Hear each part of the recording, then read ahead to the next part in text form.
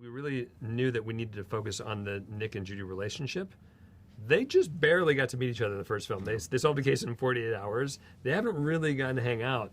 What does a character like Judy, who's used to sort of going solo and getting stuff done, what does that in the long term look like with Nick, who's this guy who sort of hustles on his own, and are they really a good pair together? There's still a lot to learn, and that comes through getting to know each other even better and understanding each other, and that's a big part of the story. You guys have a famous Disney partnership with, you know, obviously, the first film and Encanto, but you have this movie where a big plot is partners in crisis. Yes. Like, is there some sort of subliminal messaging that you're It's not saying? subliminal.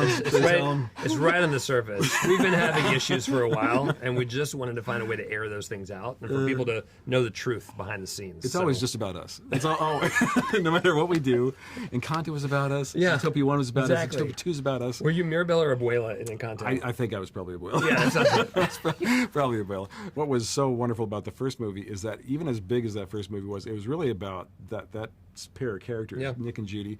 And even going into the second one, we had to remind ourselves that that's what people want to see again. Like, you know, Nick and Judy, the chemistry between them and the contrast and the humor and the emotion really comes from just like two vastly different characters. And I think with the two of us, in all seriousness, we are very complementary. Like, we love working together, but we're very different. And we kind of bring different things to the table, but that makes our partnership really strong. We're entering a world we know, but an expanded world we know. What, you know, you're not starting with a completely blank slate. So as a story team, where did you focus your efforts to kind of grow out that world? It was so great to have the foundation because certain questions are already answered. Like, we know who Nick and Judy are. We know kind of like the world of Zootopia.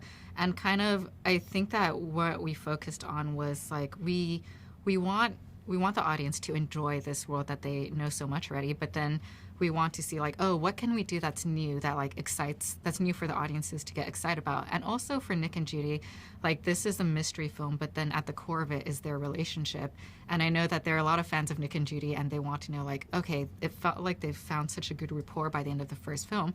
What's left for them? So I think this film, like exploring, testing their partnership, like just seeing ways in which their relationship can evolve, like over the course of solving this mystery, was like a big focus for us. Yeah, and we expanded out with like new kind of like biomes and new characters and new species and that kind of stuff. So it was very fun to just kind of be like, we know this world, we know what these characters would do. We want to show some of the old animals that we've seen in the first film, but we also want to expand it and show new animals and then have our characters interact with those animals. So it was so much fun. Disney has a long history of snakes, Sir Hiss, Juju, Ka. But when you're drawing it traditionally, you can cheat a little bit, right? Like, but Right. Did you have to do all sorts of tricks to make that work for you? Oh, absolutely. Yeah. We've even had to bring in like multiple characters of Gary to make some of the graphic shapes work to camera. And we still use a lot of our 2D artists to help draw over and kind of sculpt each shape. They've studied the masters, the Nine Old Men, all of the great 2D films that we've done in the past, and you know, they just have that amazing sense of appeal, and they bring that, and they can draw over the top of our scenes in 3D, and we can kind of help like get to that level by matching some of their drawings and taking the essence of their drawings to, you know, really push on the appeal of what Disney animation is. In the world of CG, people may think a sequel is easier because you have a lot of the characters rigged and everything. When it comes to sequels, we approach it like a brand new film. And yes, there may be some wins of bringing characters that we've created before. The designs are set in that way, but we never approach it in a way of like, oh, we know how this is, because we start limiting ourselves and we lose that openness of what the story can become. And so the approach is always like, oh, this is going to be a challenging one. This is going to be one that we're going to have technical challenges that we didn't have before, and really just understanding we have a snake in our one. How are we going to build and rig that snake and make it move where it's believable? And so we approach every film like a new challenge. I guess making a movie isn't enough for you. You do have that attraction opening at Animal Kingdom. Yeah. Did you put things in one did they feed off each other? Oh yeah, well I mean it's amazing that it's so rare for an attraction from Imagineering to line up with the release of the film. It never happens. That's like usually the attraction is many years post the film coming out, but the fact that Jared had been working on the script for many years, the fact that we had already all been collaborating on, there was a Shanghai attraction that got built for Zootopia Land over there, and then with that,